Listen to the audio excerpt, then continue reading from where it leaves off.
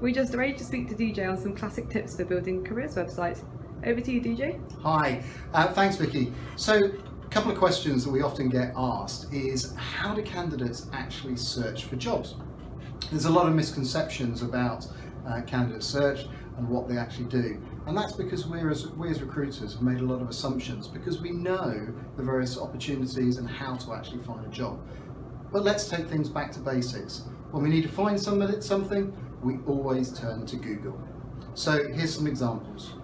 So yeah, I'm looking for a dog-friendly cottage in Padstow, Cornwall. So what I do, I turn to Google and type in dog-friendly cottage, cottage in Padstow.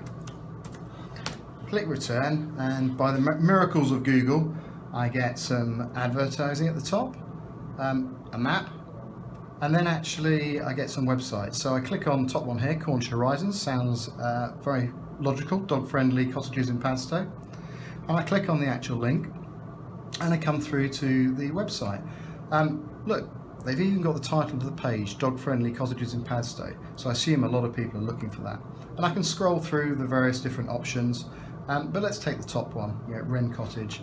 I can click on that, and I go through and I can find out more about it, availability, and whether I'm interested. So that's one way that people search, search for what type of role you are, marketing for example. But there's another way. Say for example, somebody had mentioned to me Wren Cottage. So I turn to Google again, and I type in Wren Cottage, Padstow. So we often do this for LCD TVs or Sony LCD TVs. And again, what I get through to is the results, on the top of the results, Wren Cottage. So this takes me straight through to the actual page I was looking about, Wren Cottage. So easy and simple, we all do it on a day-to-day basis. So let's take that to actually job search. So one of the classic situations is you know who you are, what type of role you're doing, and you know where you want to work. So say for example, I'm a media account manager. I'm living near Hammersmith, and I know Hammersmith has got quite a few media agencies and publishers. So I type in media account manager, Hammersmith, because that's where I want to work. I don't want national jobs.